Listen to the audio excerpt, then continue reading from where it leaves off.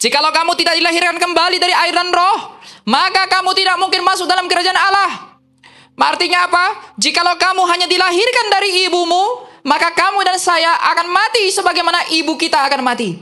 Tapi kalau kita perlu dilahirkan kembali dari Yesus Kristus melalui air baptisan dan Roh Kudus, maka kita akan hidup sebagaimana Dia telah hidup. Kita akan menaklukkan maut sebagaimana Dia menaklukkan maut. Dia akan menyelesaikan segala sesuatu bagi kita demi kemuliaan Bapa yang mengutus Dia kepada dunia ini. Jadi kalau ada orang berkata kami tidak membutuhkan Yesus Kristus, itu adalah orang yang tidak mengerti mengapa dia hidup di dunia ini. Tuhan yang dikenal oleh dunia manapun sejatinya tidak pernah menciptakan kamu dan saya hanya untuk mati. Apa artinya cinta? Apa artinya hubungan? Apa artinya keluarga? Apa artinya relasi? Jikalau pada akhirnya kita semua berakhir pada kematian. Yesus Kristus datang ke dunia dengan berkata, barang siapa yang makan tubuhku dan minum darahku, maka hidupku ada padanya dan dia ada di dalam aku. Karena memang sejak semula Allah menciptakan kita untuk hidup yang kekal, bukan demi sebuah kematian. Maka kamu harus hati-hati dalam melihat Allah. Kamu harus hati-hati untuk melihat Tuhan di tengah banyaknya Tuhan di dunia ini. Kamu harus mencari Dia yang benar-benar hidup, karena memang sejak semula kamu mencari hidup.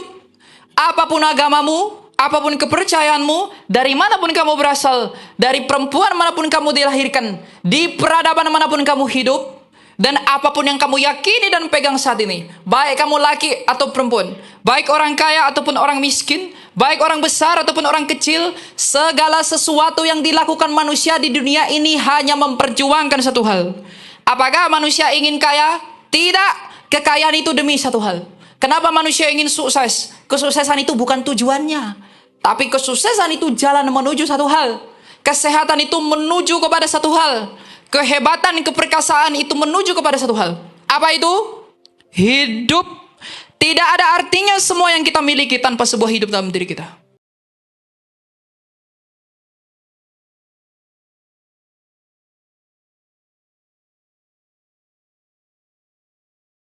Shalom.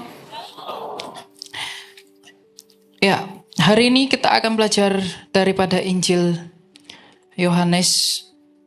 Karena hari ini saya ada 3 sesi di tempat ini, maka untuk sesi yang pertama kita akan belajar dari sabda Tuhan dalam Injil Yohanes pasal yang ke-8 ayat yang ke-24. Saya beri judul, mengapa manusia itu harus mengikut Kristus. Sekarang apakah kita telah mengerti, apakah kita sudah tahu mengapa kita mengikut Tuhan? Apakah kita sudah tahu apa motivasi dan tujuan daripada kita untuk bisa mengikut Tuhan? Dan pada hari ini melalui sabda Tuhan dalam Yohanes 8 ayat 24, Tuhan berkata, karena itu tadi aku berkata kepadamu bahwa kamu akan mati dalam dosamu, sebab jikalau kamu tidak percaya bahwa akulah Dia, kamu akan mati dalam dosamu. Sekali lagi, karena itu tadi aku, Kristus, berkata kepadamu bahwa kamu akan mati dalam dosamu, sebab jikalau kamu tidak percaya bahwa akulah Dia, kamu akan mati dalam dosamu.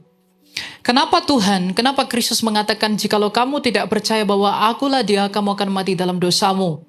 Ketika kita mendengarkan sabda Tuhan ini, kita berpikir bahwa Tuhan itu kejam. Kita berpikir bahwa Tuhan itu mungkin mengada-ngada. Tapi apa yang dimaksud dari ayat ini tidak bisa dimengerti hanya dengan membaca seluruh perikop daripada Injil Yohanes.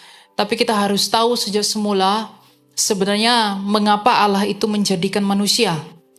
Pernahkah kamu bertanya dalam hatimu kepada Allah atau dalam doamu, Tuhan, mengapa Engkau menciptakan manusia? Tuhan, mengapa Engkau membuat manusia menjadi ada? Apa yang membuat Engkau menciptakan manusia?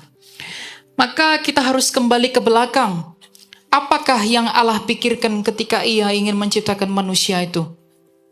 Apakah arti keberadaan manusia? Sebelum kita memahami tentang segala sesuatu yang ada dalam hidup kita, kita perlu tahu dan sadar mengapa keberadaan kita itu ada dari Allah. Maka yang paling penting untuk dipertanyakan adalah mengapa Allah menciptakan manusia? Beberapa orang mengatakan bahwa Allah menciptakan manusia itu karena Allah butuh teman, tapi itu pun tidak tepat karena Allah tidak butuh teman untuk menemani dirinya. Ada yang mengatakan Allah menciptakan manusia agar ada yang menyembah Dia. Tanpa manusia pun Allah telah disembah oleh para kerubim dan serafim siang dan malam dalam kerajaannya yang kekal. Maka ia tak butuh manusia untuk memuji-muji dia. Tetapi Injil Yohanes yang adalah Injil yang sama yang kita baca daripada dasar khotbah kita pada hari ini mengatakan bahwa Allah adalah kasih. Bahkan Rasul Yohanes, bahkan Tuhan kita Yesus Kristus mengatakan Allah itu kasih. Maka tujuan Allah menciptakan manusia sejak semula itu hanya satu, yaitu membagikan kasihnya.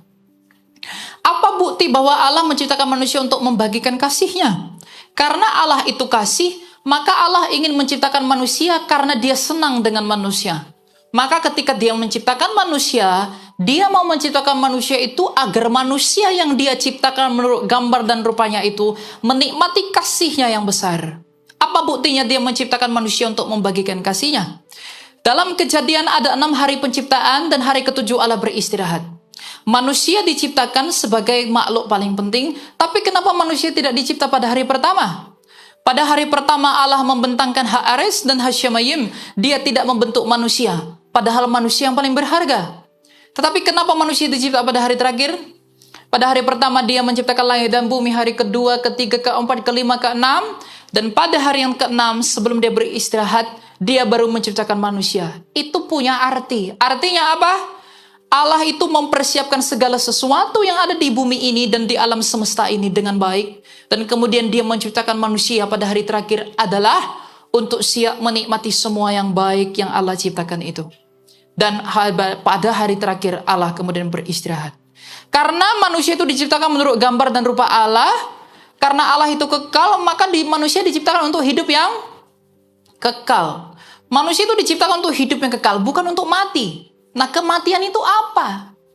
Tetapi manusia ini diciptakan untuk hidup yang kekal. Bagaimana caranya manusia bisa memperoleh hidup yang kekal?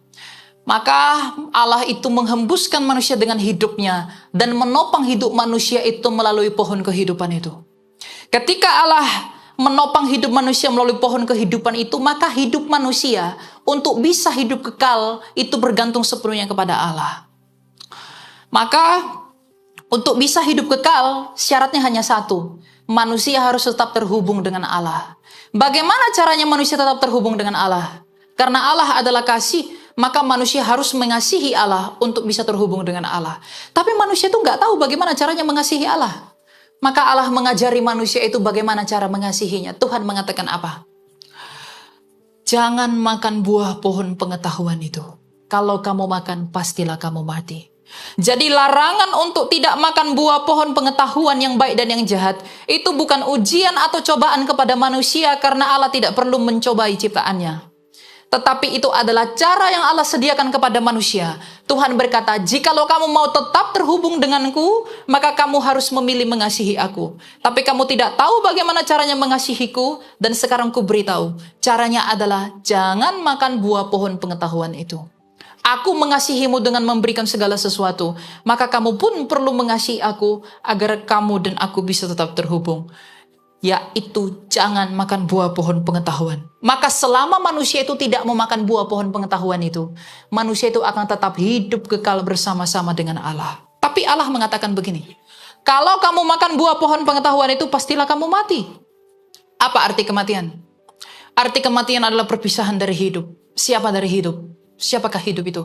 Allah sendiri. Jadi ketika Tuhan mengatakan kalau kamu makan buah pohon pengetahuan itu pastilah kamu mati, Tuhan sedang berkata, kalau kamu tidak mengasihi aku, pastilah kamu berpisah dari aku sang hidup ini. Pada akhirnya apa yang dilakukan manusia? Pada akhirnya Adam dan Hawa memilih untuk tidak mengasihi Allah dengan memakan buah pohon pengetahuan itu. Ketika dia memakan buah pohon pengetahuan itu, dia diputus dari pohon kehidupan, maka hidupnya Allah tidak lagi menopang hidup manusia. Maka manusia itu semakin lama semakin menua dan akhirnya mati. Kematian, penderitaan, kesulitan yang ada di bumi ini disebabkan oleh satu hal, perpisahan dengan Allah. Kipas itu bisa terus berputar hanya oleh karena listrik. Tapi bagaimana listrik bisa memutar kipas? Dia harus tersambung dengan kabel. Selama kabelnya tercolok dengan listrik sumber energinya, dia akan tetap terus berputar. Tapi ketika dicabut, dia semakin lama berhenti. Selama manusia terhubung dengan Allah, melalui kasih manusia, dia akan terus hidup kekal. Tapi ketika manusia itu tidak lagi mengasihi Allah itu, maka manusia tidak memperoleh hidup itu lagi. Tapi ketika manusia gagal, ketika manusia rusak, apakah Allah membiarkannya begitu saja? Tidak. Apa yang Allah janjikan kepada manusia itu? Ketika manusia gagal tidak seperti yang Allah mau, apakah Allah membiarkan manusia itu untuk mati dalam kematiannya? Tidak. Dia menjanjikan satu hal. Dalam Kejadian 3:15 Tuhan berkata, Aku akan mengadakan permusuhan antara engkau dan perempuan ini, antara keturunanmu dan keturunannya. Keturunannya akan meremukkan kepalamu dan engkau akan meremukkan tumitnya. Ketika manusia rusak, ketika manusia itu gagal, Allah tidak menjanjikan sebuah agama, maka kamu jangan pernah menaruh kepercayaanmu kepada sebuah agama. Tuhan tidak menjanjikan orang besar, maka jangan percaya kepada orang besar. Tuhan tidak pernah menjanjikan orang kaya, maka jangan percaya kepada orang kaya. Tuhan tidak pernah menjanjikan orang pinter, jadi jangan percaya kepada orang pinter. Tuhan tidak menjanjikan orang yang cantik, karena Allah tidak menjanjikan orang yang demikian. Yang Tuhan janjikan adalah seorang anak laki-laki yang akan meremukkan kepala ular, dan dia sendiri dari keturunan perempuan, dan nanti ular ini akan meremukkan tumit anak laki-laki ini. Maka seluruh para nabi yang diutus oleh Allah datang kepada tengah bangsa Israel sebagai umat yang dia persiapkan untuk keselamatan itu adalah secara bergantian menubuatkan seperti apa anak laki-laki ini. Maka Nabi Musa 1250 tahun sebelum anak laki-laki itu lahir, Nabi Musa mengatakan, kalau aku membebaskan engkau dari perbudakan Mesir, maka nanti anak laki-laki yang Allah janjikan itu akan menolong kamu untuk membebaskan kamu dari perbudakan dosa. Kalau aku dari Lewi, maka nanti anak laki-laki yang Tuhan janjikan itu akan datang dari bangsa Yehuda. Karena tonggak kerajaan tidak akan pergi dari bangsa Yehuda. 1000 tahun sebelum dia lahir, Raja Daud dalam Mazmur 22 mengatakan bahwa nanti anak laki-laki itu akan berseru, Eli, Eli lama sabachthani, ketika tangan dan kakinya dipaku dan anjing-anjing mengurumuninya. 750 tahun sebelum dia lahir, Nabi Yesaya menubuatkan bahwa nanti anak laki-laki ini akan ditikam. Dia akan dihitung di arah pemberontak. Dan dia mengalami semua aniaya itu bukan oleh karena kesalahannya, tetapi oleh karena pelanggaran kita yang ditimpakan kepadanya. Dan oleh karena bilur-bilurnya kita menjadi sembuh. 700 tahun sebelum dia datang, Nabi Mika mengatakan bahwa nanti anak laki-laki yang dijanjikan oleh Allah kepada Adam dan Hawa itu akan lahir di sebuah kandang domba di Bethlehem di Migdal Eder. Nabi Hosea menubuatkan bahwa nanti anak laki-laki itu akan diasingkan sementara waktu ke Mesir. Nabi Zakaria menubuatkan nanti anak laki-laki itu akan dijual 30 keping perak. Nanti dia akan dikhianati oleh muridnya sendiri dan muridnya akan mengangkat tumitnya terhadap dia. Jubahnya akan diundi, tulang-tulangnya tak akan dipatahkan, dan dia akan mengalami semua yang berat. Dan penderitaan bukan oleh karena kesalahannya, tapi karena kesalahan kita. Ada 300 nubuatan di dalam perjanjian lama yang dinubuatkan secara bergantian selama 2000 tahun mengenai anak laki-laki itu. Dan setelah genap waktunya, kata penulis surat Ibrani, pada tahun 4 sebelum Masehi, lahirlah seorang anak laki-laki itu. Dari suku Yehuda, dari anak Maria, suku Yehuda, anak Yoyakim dan Ana, di sebuah kandang domba seperti perkataan Mika di Bethlehem dari bangsa Yehuda, diasingkan ke Mesir di dalam pemerintahan Raja Herodes, mati, terpaku, tertikam, terbunuh di antara pemberontak di atas kayu salib, dan berseru Eli Eli lama sabachthani di dalam kuburan 3 hari 3 malam seperti penglihatan Yunus, dan bangkit dari hari kematian, daripada kematian. Itulah yang kita sebut Yesus yang digelari Kristus dari Nazaret. Yesus Kristus dari Nazaret inilah yang menggenapi semua nubuatan dalam kitab suci ini. Tapi pertanyaan besarnya adalah, apa tujuannya dia menggenapi semuanya itu? Apa yang dia mau lakukan dengan menggenapi semuanya itu? Ya, hanya Yesus yang menggenapi semuanya itu, artinya dialah yang dijanjikan oleh Allah itu. Tapi tujuannya apa? Dalam Yohanes 3:16 dikatakan, karena begitu besar kasih Allah akan dunia ini, sehingga ia mengaruniakan anak yang tunggal, supaya setiap orang percaya kepada dia tidak binasa, melainkan beroleh hidup yang... Kenapa dijanjikan di sana hidup yang kekal? Kenapa dikatakan yang percaya kepada dia tidak binasa tapi beroleh hidup yang kekal? Karena memang sejak semula manusia dicipta untuk hidup kekal. Tapi hidup yang kekal telah rusak oleh karena dosa. Maka yang dilakukan Yesus untuk menghubungkan kita kembali kepada hidup yang kekal itu adalah dengan menyelesaikan dosa. Apa itu dosa? Dosa adalah hatah dalam bahasa Ibrani. Hutang. Apa hutang kita kepada Allah? Apa yang membuat Adam berpisah dengan Allah? Apa hutang Adam kepada Allah? Kasih. Ketidakmampuan Adam mengasihi Allah lah yang membuat dia dan kita semua keturunannya terpisah dari Allah. Maka untuk bisa kembali kepada hidup kekal, Yesus sebagai Adam yang kedua harus melunasi kegagalan kasih Adam. Bagaimana caranya? Kristus melunasi hutang kasihnya kita kepada Allah melalui kasihnya yang sempurna dengan kerelaannya dalam kemanusiaannya untuk mati di atas salib. Adam mengatakan bukan kehendakmu tapi kehendakku. Tapi Kristus Adam yang kedua mengatakan, iya Bapa, biarlah kehendakmu bukan kehendakku. Maka ketika Kristus mati di atas kayu salib dengan kasihnya yang sempurna itu, dia melunasi dosa, dia melunasi kegagalan Adam. Maka benarlah kata Paulus, oleh karena kegagalan Adam itu menuntun kita kepada kematian, tetapi kesempurnaan Yesus Kristus sebagai Adam yang kedua telah menuntun kita kepada hidup. Artinya, hanya di dalam Yesuslah dosa dan pelanggaran kamu itu dihapuskan. Di luar dia, kamu gak bisa berbuat apa-apa. Siapakah manusia di dunia ini yang bisa mengasihi Allah tanpa cacat dan celah? Tak seorang pun. Bahkan nenek moyang kita yaitu Adam telah mati dan dia tidak mampu berbuat apa-apa dari dirinya. Dan semua orang telah mati. Bukti bahwa semua manusia, apapun agamamu, apapun kepercayaanmu, bukti bahwa kamu semua berasal dari satu bapak yaitu Adam adalah kamu mati sebagaimana nenek moyangmu mati. Tidak ada yang bisa bertahan daripada dirinya sendiri dengan menghasilkan kekuatan dari dirinya sendiri yang diperanakkan daripada Adam. Maka Kristus datang sebagai Adam yang kedua untuk memperbarui kita di dalam kehidupan. Nenek moyang kita telah mewarisi kita kematian, telah memberikan kita kematian, mewariskan kita kematian. Tapi Kristus yang telah hidup dari antara orang mati sebagai yang satu-satunya itu telah mewariskan kita kepada kehidupan sebagaimana ia hidup daripada antara orang mati. Maka Kristus mengatakan, jikalau kamu tidak dilahirkan kembali dari air dan roh, maka kamu tidak mungkin masuk dalam kerajaan Allah. Artinya apa? Jikalau kamu hanya dilahirkan dari ibumu, maka kamu dan saya akan mati sebagaimana ibu kita akan mati. Tapi kalau kita perlu dilahirkan kembali dari Yesus Kristus melalui air baptisan dan Roh Kudus, maka kita akan hidup sebagaimana dia telah hidup. Kita akan menaklukkan maut sebagaimana dia menaklukkan maut. Dia akan menyelesaikan segala sesuatu bagi kita demi kemuliaan Bapa yang mengutus dia kepada dunia ini. Jadi kalau ada orang berkata kami tidak membutuhkan Yesus Kristus, itu adalah orang yang tidak mengerti mengapa dia hidup di dunia ini. Tuhan yang dikenal oleh dunia manapun sejatinya tidak pernah menciptakan kamu dan saya hanya untuk mati.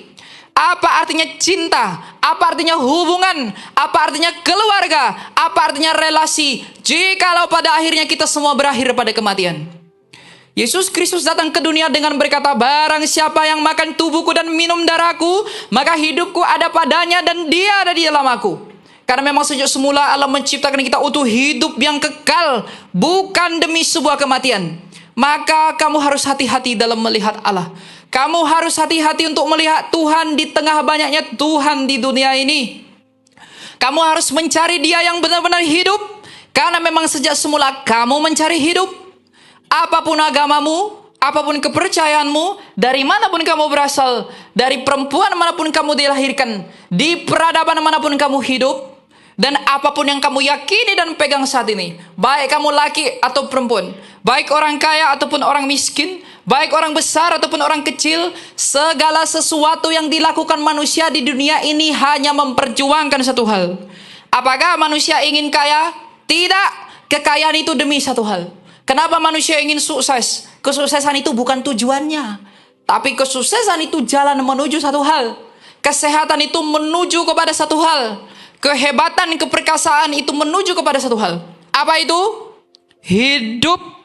Tidak ada artinya semua yang kita miliki tanpa sebuah hidup dalam diri kita. Orang mau kaya, orang mau sukses, orang mau besar, orang mau berhasil, itu semua demi mempertahankan dan memperjuangkan hidupnya. Hiduplah yang dicari manusia di dunia ini. Maka manusia mati-matian bekerja demi mempertahankan hidup dan nyawanya.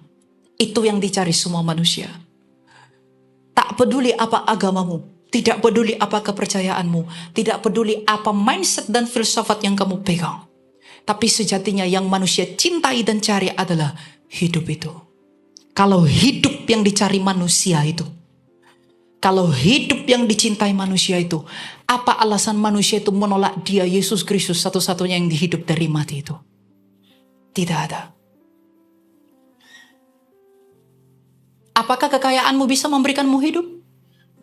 Tidak. Apakah kebesaranmu bisa memberikan kamu hidup? Tidak.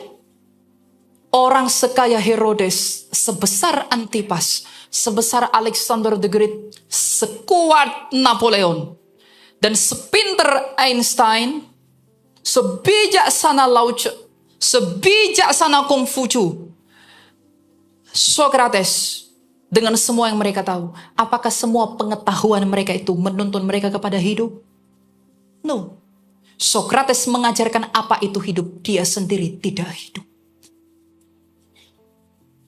Lao Tzu mengajarkan prinsip hidup, prinsipnya tak mampu menolong dia. Jadi jikalau hidup yang kamu cari, Yesus Kristus berkata, I'm the vine. Akulah pokok anggur yang benar. Di luar aku kamu gak bisa berbuat apa-apa. Siapa orang di dunia ini yang bisa berbuat sesuatu dari dirinya demi hidupnya? Tak seorang pun. Maka sebenarnya di luar Kristus, kamu dan saya tidak berguna. Kedengarannya begitu, tapi memang benar. Itulah mengapa dalam Yohanes 8 ayat 24 tadi kita dengar ucapan Yesus. Dia berkata apa? Kalau kamu tidak percaya akulah Dia, kamu akan mati dalam dosamu. Itu artinya. Karena memang gak ada yang bisa melakukan sesuatu di luar daripada Dia. Mungkin orang bisa sukses, orang bisa kaya, dia bisa besar, dia bisa hebat, dia bisa kelihatan mentereng, dia bisa kelihatan makmur. Tetapi pada hakikatnya dia bukan hidup dari dirinya sendiri. Semua butuh topangan dari yang ilahi. Maka anak muda, kalau hari ini kamu berkata dalam hatimu bahwa aku tidak perlu ikut Yesus. Yang penting aku berbuat baik. Yang penting aku baik aja. Di luar Yesus aku bisa hidup. Salah. Siapa orang yang sangat baik tidak mati. Siapa orang yang sangat pintar tidak mati. Siapa orang yang begitu rupawan tidak mati. Semuanya berakhir pada maut dan kematian. Semua yang ada di dunia ini telah ditelan oleh kematian. Apa yang digenggam yang disebut manusia sebagai miliknya akan berakhir pada maut. Satu-satunya yang kamu miliki sebagai orang Kristen yang tidak akan pernah ditelan oleh kematian, hanya Dia, Yesus Kristus itu. Bahkan dirimu pun akan ditelan oleh maut. Apalagi yang kamu miliki. Tapi ada satu hal yang tidak bisa ditelan oleh maut. Bahkan kematian tak sanggup menahan Dia. Yesus Kristus telah bangkit pada hari ketiga. Itu membuktikan bahwa kematian tidak mampu menggenggam Dia. Itu sebenarnya kekayaanmu yang sejati. Di luar itu gak ada. Nah sekarang ketika kamu mengikut Tuhan, kamu datang ke gereja, kamu beribadah, apa yang kamu cari di dalam Dia? Wahai manusia, orang Kristen. Apa yang kamu inginkan? Apa yang membuat kamu suka dan cinta dengan Allah? Apa yang membuat kita mau mengikut Dia? Tanpa kesadaran ini, apa yang membuat kita kuat untuk mengikut Dia? Keyakinan bahwa hanya Yesus yang mengalahkan kematian, seharusnya itu menjadi kekuatan manusia.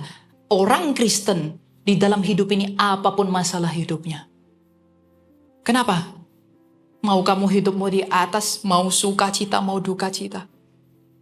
itu nggak akan mempengaruhi imanmu karena kamu tahu Tuhanmu hidup. Maka apapun yang terjadi, ujungnya kamu tetap hidup. Tapi ketidakmampuan manusia untuk memahami ini, dosa yang menyelimuti hati manusia, membuat kita nggak mampu mengerti tentang semuanya ini. Maka dalam hal mengikut Yesus, kita butuh pertolongan anugerah Allah untuk bisa mengerti semuanya itu. Tanpa anugerah, tanpa pertolongan Allah, kita nggak bisa memiliki pemahaman dan keyakinan yang kokoh akan kedatangan Tuhan kita itu. Apa yang membuat kamu bangga jadi Kristen? Apa yang membuat kamu jatuh cinta pada Tuhan? Jikalau bukan bahwa ternyata hidup itu hanyalah Dia. Makanya Dia mengatakan, akulah jalan dan kebenaran dan hidup. Hidup yang kamu perjuangkan hari ini gak akan bertahan lebih dari 100 tahun. Hidup dalam kekekalan bersama dengan Allah itu adalah hidup yang tak pernah terbayangkan oleh indera manusia. Mungkin bagi orang yang kurang dan tidak percaya, mungkin mereka menganggap ini adalah sebagai sebuah dongeng-dongeng atau hayalan-hayalan yang something yang idealis, sesuatu yang tidak terbayangkan. Tapi itulah bukti bahwa dosa itu mencengkeram kita kuat. Dia menutup mata jiwa kita untuk bisa melihat kehidupan yang ilahi itu seperti apa. Nah, bagaimana mengikut Dia itu? Seperti apa mengikut Dia nanti akan lebih detail di khotbah saya yang berikutnya. Tapi yang penting daripada sini adalah hikmat. Untuk kamu bisa menyadari bahwa ternyata di luar Kristus itu aku bukan apa-apa kok. Kamu harus berangkat dari kesadaran itu dulu. Tanpa memiliki kesadaran hal yang seperti itu, kamu gak akan pernah bisa mengenal Dia. Banyak orang datang ke gereja, tapi dia gak pernah mengenal Tuhan itu seperti apa. Kamu pikir kamu sudah mengenal Allah? Apa yang membuatmu kamu yakin sudah mengenal Dia? Kita pernah gak terpikir, apa yang membuat Paulus seperti itu dalam melihat Allah? Dia orang yang kaya, dia dari suku Benyamin, dia orang yang berhasil dalam dunia, dia orang yang pinter dalam religi, dia orang muridnya dari seorang Raban Gamaliel, dia orang yang pinter sekali dalam banyak bidang. Tapi ketika dia ketemu Yesus, dia berkata apa? Semua dulu itu yang kuanggap mulia, sekarang kuanggap sampah. Kamu penasaran gak? Apa yang engkau temukan wahai Paulus di dalam Yesus sehingga engkau menganggap semua kemuliaan dunia itu hanyalah sampah di matamu? Atau kita hari ini terbalik? Kita melihat Yesus dalam kemuliaan duniawi atau kita melihat kehinaan kemuliaan duniawi ketika kita memandang pada Tuhan? Itu menentukan kita mengenal Dia atau tidak. Apakah kita sungguh-sungguh mengenal Dia? Kelihatan dari hal itu. Bagaimana kamu memiliki sikap dan hati dan pengenalan yang benar dalam mengikut Tuhan, itu menentukan apa yang akan kamu lakukan dalam setiap momen hidupmu. Jadi kalau ada orang mengikut Yesus bilang mengikut Yesus itu enak, salah. Mengikut Yesus itu gak enak. Tuhan Yesus bilang kalau kamu mau ikut aku, jual semua milikmu, pikul salibmu, ikut aku. Gak gampang ikut Yesus. Jadi kalau hari ini Bapak gereja pernah mengatakan begini, tanpa pergumulan, kamu gak bisa masuk ke dalam surga.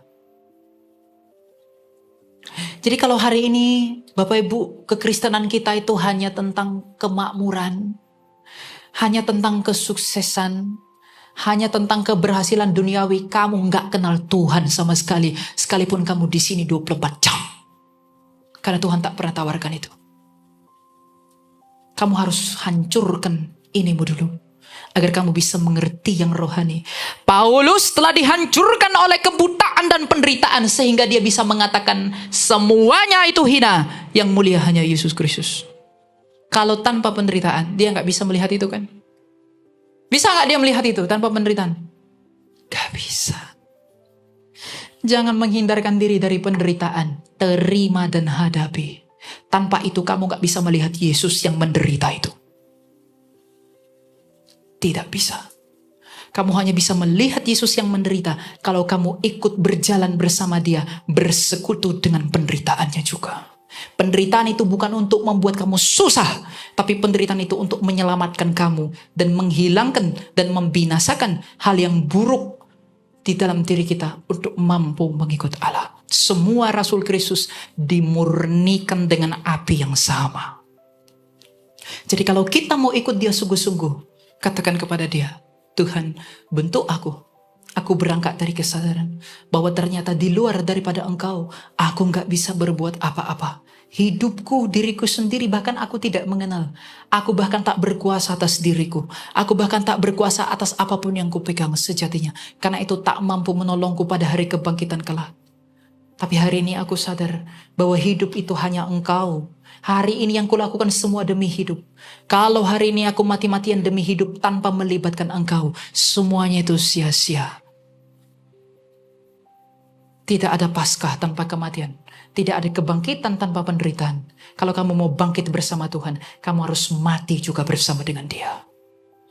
Dan kalau kamu mau mati bersama dengan Dia, siapkan hatimu yang rela untuk menderita bersama-sama dengan Dia.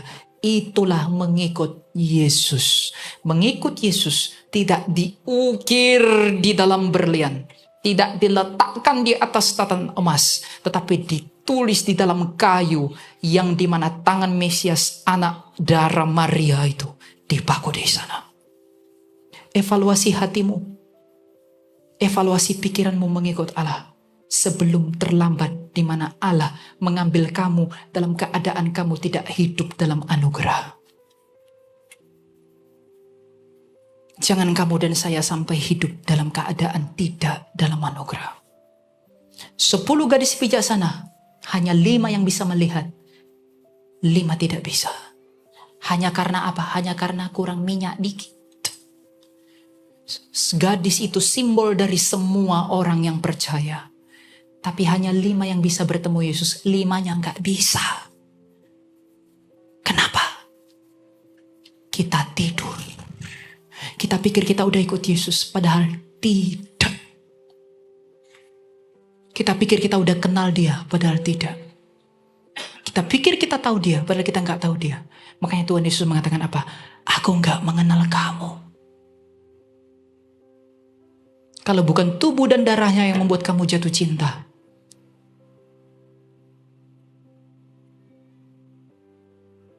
Maka kebangkitan yang datang dari itu gak akan ikut bekerja dalam kamu dan saya. Murnikan hatimu ikut Yesus. Murnikan motivasimu ikut Dia. Agar mudah-mudahan dalam pengharapan kamu dan saya tidak terbuang. Betapa banyaknya orang malang di dunia ini. Yang mengatakan telah mengenal, tapi sejatinya tidak tahu apa-apa. Evaluasi motivasimu. Cari kemurnian, ikut Dia. Melalui gereja ini, melalui hamba Tuhan yang melayani, haus terus mencari Allah. Itu yang harus kamu lakukan. Yang lain-lain itu tidak penting. Itu hanya jalan. Kalau kekayaan, kemiskinan adalah jalan bagi kamu untuk selamat. Tuhan kasih kamu kaya tanpa kamu minta. Tuhan kasih kamu miskin tanpa kamu minta. Kalau itu menyelamatkan kamu. Jangan cari alatnya. Cari tujuannya. Kehinaan salib dianggap bodoh oleh orang tidak percaya. Tapi melalui salib yang bodoh itulah kamu dan saya diselamatkan dari mati. Ubah caramu melihat Tuhan. Bertobat dari hal-hal yang tidak murni. Bahkan dari dalam diri saya yang tidak murni. Karena mengikuti Yesus adalah panggilan untuk mati bagi diri dan hidup bagi Kristus. Kemuliaan bagi Allah selamanya. Kita berdoa. Tuhan, kami bersyukur, berterima kasih kepadamu. Engkau menolong kami mengerti kebenaran-Mu. Engkau yang menolong kami untuk dapat mengerti kebijaksanaan yang daripadamu, dan Engkau yang menuntun kami kepada hidup yang hanya daripada-Mu, Tuhan. Tuhan, Engkau tahu dalam diri kami ini banyak ketidakmurnian. Engkau tahu bahwa dalam diri kami banyak hal-hal yang gak benar. Tidak ada yang baik dalam diri kami ini, Tuhan. Tetapi bersama dengan Engkau, tolong kami untuk memulai awal hidup yang baik. Engkau tahu banyak dosa dan pelanggaran kami. Tapi sebagaimana Engkau tidak menolak perempuan pesundal yang menyeka kakimu, Tuhan, jangan tolak kami jikalau kami datang kepadamu meminta pengampunan-Mu. Tuhan, sebagaimana Engkau mendatangi pemungut cukai itu dan membawanya menjadi murid-Mu, maka datangi dan kunjungilah kami orang-orang berdosa ini dan bawa kami menjadi murid-Mu, agar kami bersukacita sebagaimana murid-Mu itu telah bersukacita. Engkau dengan rela berbaring di kandang domba yang hina, maka sudilah kiranya Engkau untuk berbaring dalam tubuh kami yang cemar dan yang berdosa ini. Jangan izinkan kami menciummu seperti Yudas dan mengkhianatimu dengan prinsip-prinsip yang tidak ada di dalam Engkau. Tetapi biarlah kami mengaku seperti si pencuri di sebelahmu. Ingatlah kan kami Tuhan, apabila Engkau kembali dalam kerajaan-Mu. Kami sadar ada banyak hal yang gak benar dalam diri kami. Kami tahu adalah hal yang salah dalam diri kami. Tapi tolong dalam kemurahan-Mu, tolong kami untuk bisa melihat anugerah-Mu. Adakah yang lebih indah selain daripada berdamai dengan Engkau, wahai pencipta kami? Adakah hal yang lebih mulia daripada kami mengenal Engkau dalam realita-Mu yang sebenarnya? Kami menipu diri kami sendiri dan kami membuat tipuan bagi diri kami sendiri. Dengan demikian kami menjerat diri kami sendiri. Engkau tahu Tuhan, kami pun gak tahu tentang siapa diri kami. Tapi bersama dengan Engkau, tolong kami untuk bisa mengenali diri kami dan mengikut Engkau dengan tulus. Terima kasih Tuhan, Engkau yang menolong gereja-Mu ini, yang menolong para jemaat-Mu, yang memberikan kekuatan di tengah kelemahan, yang memberikan penghiburan di tengah duka cita, dan Engkau memberi peringatan dan juga teguran kepada orang yang bersuka cita, agar kami tetap di dalam Engkau dan tidak mencari apa yang tidak ada dalam Engkau. Engkau yang mengampuni ketidakmurnian dari hamba-Mu ini, Tuhan yang menolong kami semua dan mengampuni dosa-dosa dan pelanggaran kami atas segala sesuatu yang tidak kami mengerti dan bahkan untuk yang kami mengerti. Terpujilah Engkau Tuhan kami Yesus Kristus dengan Bapa-Mu yang baik, Tuhan-Mu yang kudus untuk sekarang dan selalu dan selama-lamanya.